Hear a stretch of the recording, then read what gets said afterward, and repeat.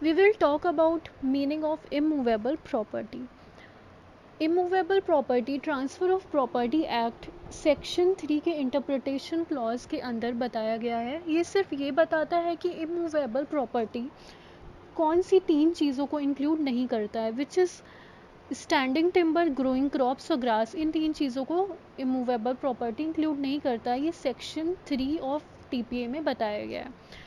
Growing crop में आते हैं क्रीपर्स वाले प्लांट जैसे कि ग्रेप्स, पम्पकिन, ये सब मीन्स जो क्रीपर्स वाले प्लांट या ट्री होते हैं सिर्फ वो आएंगे ग्रोइंग क्रॉप्स में। And for standing timber we will talk about this later. Now the question arises कि अगर इमूवेबल प्रॉपर्टी को ट्रांसफ़र ऑफ प्रॉपर्टी एक्ट में डिफाइन नहीं किया गया तो कहाँ पर किया गया। इसमें तो सिर्फ ये बताया गया है कि इमूवेबल प्रॉपर्टी ये 3 चीज़ नहीं होती है। सो इमूवेबल प्रॉपर्टी को डिफाइन किया गया है section 3 subsection 26 of the general clauses act 1897, which defines immovable property that it shall include land, benefits arises out of the land and things attached to the earth or permanently fastened to anything attached to the earth। Means इसमें ये बोला गया है कि general clause act में ये बोला गया है कि इमूवेबल प्रॉपर्टी वो प्रॉपर्टी होती है जो कि land, benefits arises out of the land, things attach to the earth, ये सारी चीज़ें इंक्लूड करता है इमूवेबल प्रॉपर्टी। सो अगर हम लोग ट्रांसफ़र ऑफ प्रॉपर्टी एक्ट में जो बोला गया था और जनरल क्लॉजेस एक्ट में जो डेफिनीशन दी गई है इमूवेबल प्रॉपर्टी को, उसको एक साथ में पढ़ेंगे तो ये पता चलता है कि immovable property means land, benefits arises out of the land, things attached to the earth except standing timber, growing crops और grass. Now we will see कि इन डेफिनेशंस के अंदर जो टर्म्स यूज़ हुए हैं उनका मतलब क्या है। मतलब टीपीए और टीपीए में जो कुछ टर्म्स यूज़ हुए हैं और जनरल क्लॉजेज एक्ट में जो कुछ टर्म्स यूज़ हुए हैं while defining immovable property in General Clauses Act, इन सब टर्म्स का मतलब समझेंगे। First land. Now the question arises कि लैंड में क्या चीज़ें आती हैं। लैंड को डिफाइन किया गया था if you general Clauses act में इमूवेबल प्रॉपर्टी के डेफिनेशन में बोला गया था कि लैंड इंक्लूड होता है इन इमूवेबल प्रॉपर्टी। सो लैंड में क्या क्या चीज़ें आती हैं।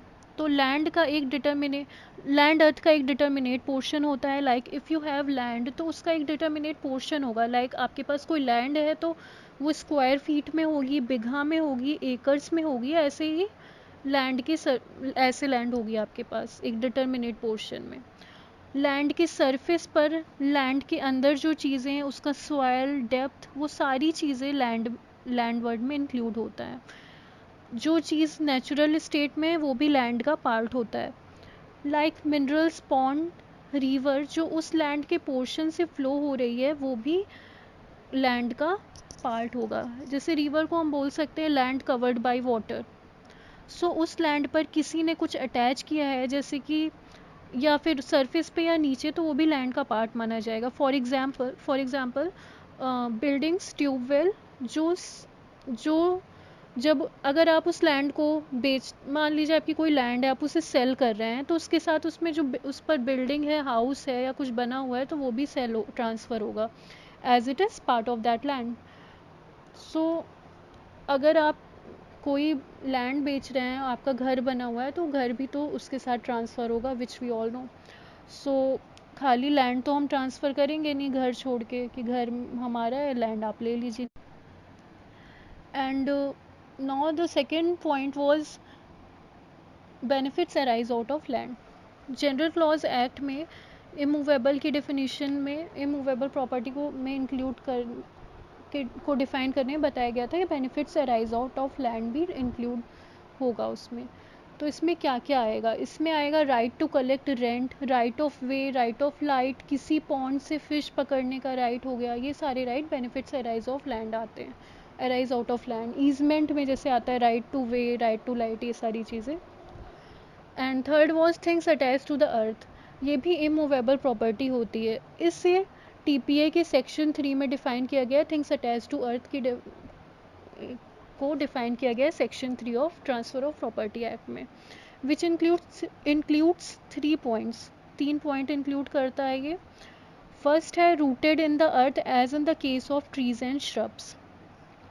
बट ट्रांसफ़र ऑफ प्रॉपर्टी में ये भी बोला गया है कि स्टैंडिंग टिम्बर ग्रोइंग क्रॉप्स और ग्रास को इंक्लूड नहीं करेंगे।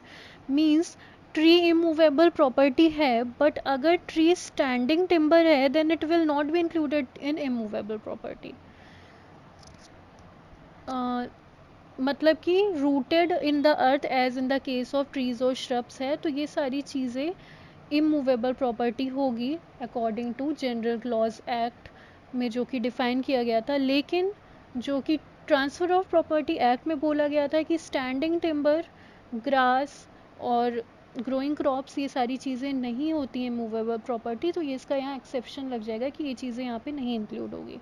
नाउ द क्वेश्चन अराइजेस कि स्टैंडिंग टिम्बर क्या होता है। स्टैंडिंग टिम्बर वो ट्री होते हैं जिन्हें लगाया जाता है कट करने के लिए, लाइक शीशम, बबूल, नीम, पीपल ट्री। मीन्स ये पेड़ अक्सर इनके वुड के यूज़ के लिए लगाए जाते हैं, सो इनको इमूवेबल प्रॉपर्टी में इंक्लूड नहीं किया गया है and they will be considered as standing timber. मतलब कि जो पेड़ के वुड या ट्रंक के यूज़ के लिए हम लोग लगाते हैं उन पेड़ को स्टैंडिंग टिम्बर में बोला जाता है और उससे इमूवेबल प्रॉपर्टी में इंक्लूड नहीं किया जाएगा। बट अगर कोई पेड़ है, कोई ट्री है जिसके फ्रूट्स को जिसको फ्रूट्स को यूज़ में लेना है हमें, वो ट्री फ्रूट देते हैं, तो फ्रूट्स के लिए लगाया गया है, तो उसे इमूवेबल प्रॉपर्टी जैसे ट्रीट करेंगे। मीन्स अगर वुड के यूज़ के लिए कोई पेड़ लगाया गया है then it will be considered as standing timber and it will not include in immovable property. But अगर कोई पेड़ हमने फ्रूट्स के लिए लगाया है then it will be treated as immovable property. But अगर ऐसा कोई पेड़ है नो अगर कोई ऐसा पेड़ है कि फ्रूट्स भी लगते हैं, उसमें वुड भी होता है, वुड के यूज़ के लिए भी उसको लिया जाता है, तो फिर क्या होगा। मीन्स तब वो स्टैंड इमूवेबल होगा या इमूवेबल। जैसे कि मैंगो ट्री है, इंडियन ब्लैकबेरी है, जावा प्लम है, तो ऐसे केस में हम इंटेंशन देखेंगे। जैसे केस है Shantabai versus state of Bombay 1958। इसमें ये कहा गया था कि मेन चीज़ यहाँ पर देखी जाएगी रियल इंटेंशन। अगर मैंगो ट्री को लगाने की इंटेंशन थी सिर्फ उसके फ्रूट के लिए, तो उसको कट नहीं करना है, then it will be treated as immovable property. But if the intention अगर इंटेंशन है कि मैंगो ट्री को वुड के यूज़ के लिए लगाया गया है, तो स्टैंडिंग टिम्बर में आ जाएगा ये और मूवेबल प्रॉपर्टी होगी। मतलब कि ऐसे पेड़ जहाँ पे जो फ्रूट्स भी देते हों और उनका वुड भी यूज़ में लिया जाता है, तो वहाँ पर इंटेंशन देखेंगे कि आपने किस इंटेंशन से उस पेड़ को लगाया है। मीन्स अगर आप उसके फ्रूट को यूज़ में लेना चाहते हैं then it will be treated as immovable property. But अगर आप उसके वुड को यूज़ में लेना चाहते हैं तो वो स्टैंडिंग टिम्बर बन जाएगा और वो इमूवेबल प्रॉपर्टी में इंक्लूड नहीं होगा। Second point was embedded in the earth as in the case of walls और बिल्डिंग्स। ये अटैच टू द अर्थ का सेकेंड पॉइंट है। Means attach to the earth जो सेक्शन 3 में डिफाइन किया गया था उसके सेकेंड पॉइंट में दिया गया था embedded in the earth as in the case of walls और बिल्डिंग्स। बट नाउ क्या ऐसा हमेशा नहीं होगा कि जो चीज़ ज़मीन से फिक्स हो वो इमूवेबल प्रॉपर्टी हो गई। लाइक नाव का एंकर जो नाव को रोकने के लिए बनाया जाता है वो अर्थ से एम्बेडेड है, बट वो इमूवेबल प्रॉपर्टी नहीं होगा। बट वैसा ही एंकर जब ब्रिज को रोकने के लिए बनाया जाएगा तो वो इमूवेबल प्रॉपर्टी होगा। फॉर एग्जाम्पल, मैंने बहुत सारे ब्रिक्स रखे हैं अपने लैंड पर और इस इंटेंशन से मैंने रखा है कि बाद में उस ब्रिक्स को मैं किसी यूज़ में लूँगी अपने, उसे वहाँ से ले जाकर अपने किसी यूज़ में लेने के लिए मैंने वहाँ पे ब्रिक्स रखे हैं। अनसीमेंटेड ब्रिक्स हैं, खाली ब्रिक्स रखे हैं, तो वो मूवेबल प्रॉपर्टी हो। बट वैसे ही अनसीमेंटेड ब्रिक्स अगर मैंने अपनी लैंड और बगल की लैंड को डिवाइड करने के लिए एज अ वॉल ट्रीट करने के लिए वहाँ पे ब्रिक्स रख दिए, मतलब कि मैंने अपनी लैंड और मेरे से अटैच जो लैंड है वहाँ उसमें एज अ वॉल ट्रीट के इंटेंशन से रखे कि वो वॉल के का काम करे वहाँ पर, तो वो इमूवेबल प्रॉपर्टी बन जाएगा। क्योंकि मेरा इंटेंशन है कि वो वॉल जैसा काम करे, मुझे उसे यूज़ में नहीं लेना है, मैंने उसी इंटेंशन से रखी है वहाँ पे कि मेरी लैंड और बगल की लैंड के बीच में एज अ वॉल वो काम करे, तो यहाँ पे इमूवेबल प्रॉपर्टी होगा। बट फर्स्ट केस में अगर मैंने ऐसे ही रखा है कि मैं बाद में किसी अपने यूज़ के लिए लेना चाहती हूँ, then it will be come under movable, it will be treated as movable property. The third point is attached to what is so embedded for the permanent beneficial enjoyment of that to which it is attached. इसमें है for the permanent beneficial enjoyment of that to which it is attached means the doors and windows of the house are attached for the permanent beneficial enjoyment of the house, but if the attachment is not intended to be permanent, the things attached are not immovable, like electric fans, windows, chatters attached to it, etc. Means वो चीज़ें जो अर्थ से embedded हैं, उनसे जुड़ी या attach हैं, like wall और बिल्डिंग अर्थ से एम्बेडेड है, बट उसी बिल्डिंग से विंडो और डोर ये सब हो जाएंगे things attach to what is so embedded में। मतलब कि जो अटैच्ड टू अर्थ है उसमें आ जाएगा, जो अर्थ से एम्बेडेड है वो आ जाएगा वॉल हो गया, अटैच टू अर्थ है वो आ जाएगा वॉल या बिल्डिंग, पर वॉल और बिल्डिंग से जो अटैच है, मतलब things attach to what is so embedded, जो एम्बेडेड है वॉल उससे जो अटैच है वो हो गया डोर और window, like for example. So इनको भी इमूवेबल प्रॉपर्टी में ट्रीट करेंगे, but only when it is used as a permanent beneficial enjoyment. जब आप उसको परमानेंट बेनिफिशियल एंजॉयमेंट के लिए यूज़ करना चाहते हैं, आप उसको वहाँ से हटाना नहीं, परमानेंट वहीं, जैसे आपकी विंडो वहीं रहेगी, आपको नहीं कुछ करना है, उसको हटाना नहीं है वहाँ से, then only it will be treated as immovable property. But अगर आपका ये इंटेंशन, फॉर एग्जांपल एक एग्जांपल लेते हैं, जैसे कि आपने फ़ैन लगाया है अपने रूम में और आपका ये इंटेंशन है कि अगर आप वो रूम बिल्डिंग या फिर हाउस चेंज लेफ़्ट करेंगे तो आप उसको निकाल कर ले जाएंगे, मतलब आपका इंटेंशन ही उस फ़ैन लगाने को था कि आप वहाँ से ले जाने वाले हैं उस फ़ैन को whenever you will leave the house. So यहाँ पर मूवेबल प्रॉपर्टी हो जाएगी। मतलब अगर आपका इंटेंशन है उसको ले जाने का वहाँ से, तो यहाँ पे भी इंटेंशन काम आएगी कि आपका इंटेंशन क्या है।